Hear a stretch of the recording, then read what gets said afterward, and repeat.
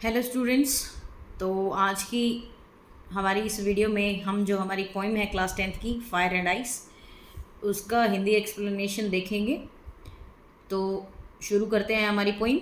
सबसे पहले हम रीड आउट करते हैं। Some say the world will end in fire, some say in ice, from what I have tasted of desire, I hold with those who favour fire. देखिए, इसकी जो हमारी poem है फायर एंड आइस, इसके जो poet है वो है हमारे रॉबर्ट फ्रोस्ट। वो क्या कहते हैं? वो कहते हैं कि कुछ लोग ऐसे कहते हैं दुनिया के अंदर कि जो वर्ल्ड है वो किससे ख़त्म हो जाएगा? फायर से। ठीक है। और कुछ कहते हैं कि किससे ख़त्म हो जाएगा? आइस से। ठीक है। लेकिन आई हैव टेस्टेड, टेस्टेड का मतलब है यहाँ पर एक्सपीरियंस, है ना। इसको अंडरलाइन करके यहाँ पे लिखेंगे हम एक्सपीरियंस। ये क्या कह रहा है कि कुछ कहते हैं कि फायर से वर्ल्ड जो है वो एंड हो जाएगा, कुछ कहते हैं आइस से एंड हो जाएगा। लेकिन जितना मेरा एक्सपीरियंस है, मैंने एक्सपीरियंस किया है किसका? डिज़ायर का। आई hold with those who favour fire. I hold with का मतलब है कि मैं एग्री करता हूँ उन लोगों के साथ में जो किसको फेवर करते हैं? फायर को। यानी जो इस पक्ष में हैं कि जो वर्ल्ड है आपका वो किससे एंड हो जाएगा? फायर से एंड हो जाएगा। मैं उनका समर्थन करता हूँ। फेवर मीन्स ये है समर्थन करता हूँ। अब ये फायर, यहाँ पर फायर और आइस जो हैं इस एज ए सिंबल यूज़ किए गए हैं। यहाँ पर देखो डिज़ायर है, तो यही क्या है? आपका फायर है ना। फायर किसको कहा गया है? डिज़ायर को कहा गया है। जो हमारी इच्छाएं हैं, डिज़ायर मीन्स होता है आपकी इच्छा, विश कह सकते हो आप, ग्रीड कह सकते हो इसको, है ना। विश, ग्रीड, और आपका ये लस्ट हो सकता है इसके अंदर, है ना। मतलब ऐसी ऐसी क्वालिटीज़, ऐसी ऐसी नेगेटिव इमोशंस, इसको यहाँ पर फायर के पास में आप यहाँ पर लिख लीजिए नेगेटिव इमोशंस। ठीक है। दोनों है तो नेगेटिव, फायर भी नेगेटिव है, आइस भी नेगेटिव है। लेकिन ये कैसा है? पॉजेसिव है। यानी कि किसी चीज़ की ज़िद करना, किसी चीज़ को पाने की लालसा होना, लालच करना, है ना। वो सारी चीज़ें किस में हैं? फायर के अंदर आती हैं। तो पोइट ये कहता है कि कुछ लोग कहते हैं कि इन जिज्ञासाओं की वजह से, इन लालसाओं की वजह से, इन लालच की वजह से वर्ल्ड जो है वो क्या हो जाएगा? एक दिन एंड हो जाएगा। ठीक है।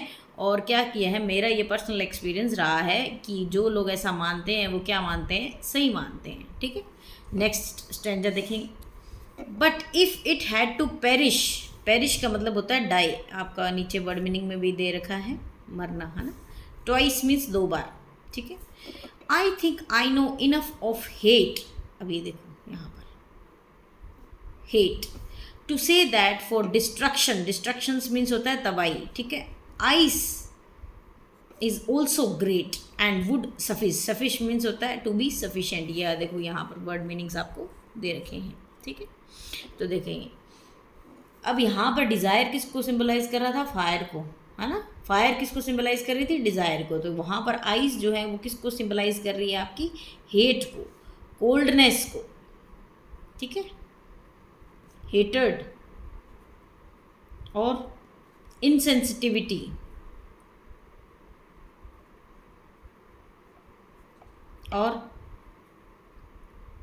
और आपका इनडिफरेंस,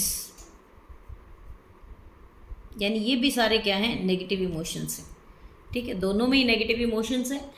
फायर किसको रिप्रेजेंट कर रही थी? डिज़ायर को। और आपकी आइस है वो किसको रिप्रेजेंट कर रही है? आपकी हेट को। तो यहाँ पर पोइट क्या कह रहे हैं कि पहले स्टैंजा में तो उन्होंने कहा कि मैं उन लोगों के समर्थन में, उन लोगों का फेवर करूँगा जो क्या कह रहे हैं? फायर से वर्ल्ड जो है क्या हो जाएगा? एंड हो जाएगा। ठीक है।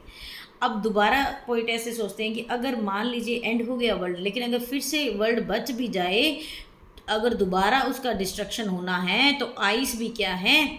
कम नहीं है। यानी आइस भी इक्वली क्या है? रिस्पॉन्सिबल है। यानी आइस भी उतनी ही ताकत रखती है किसके जितनी? फायर के जितनी, कि वो वर्ल्ड को क्या कर दे? तबाह कर दे। वो भी कैसी है? सफिश है। Suffice means to be sufficient, sufficient है, पर्याप्त है। किस चीज़ के लिए पर्याप्त है? वर्ल्ड को एंड करने के लिए। तो लास्ट में क्या मतलब निकल रहा है इसका? इस पोइम का ये मतलब निकल रहा है कि जो फायर एंड आइस है दोनों ही इक्वली क्या है? रिस्पॉन्सिबल है किसके डिस्ट्रक्शन में? वर्ल्ड के डिस्ट्रक्शन में।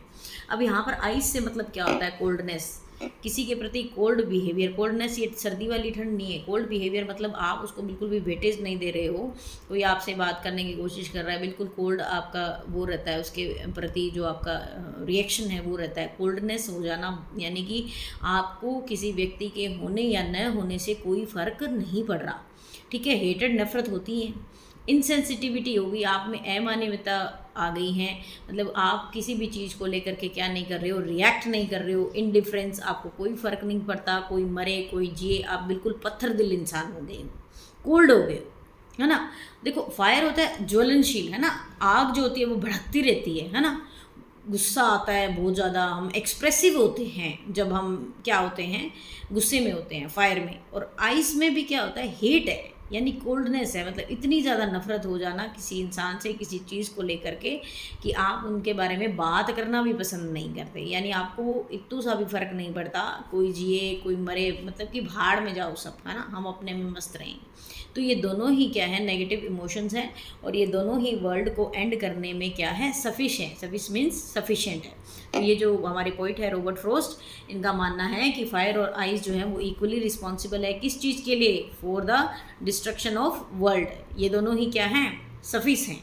तो हमें अपना नेचर ना तो फायर के जैसा रखना चाहिए, ना ही आइस के जैसा रखना चाहिए, है ना। तो यही था थीम पोइम की। आई होप आपको समझ आ गई होगी। मिलेंगे नेक्स्ट वीडियो में किसी नेक्स्ट पोइम के साथ में। Till then stay tuned, thanks for watching.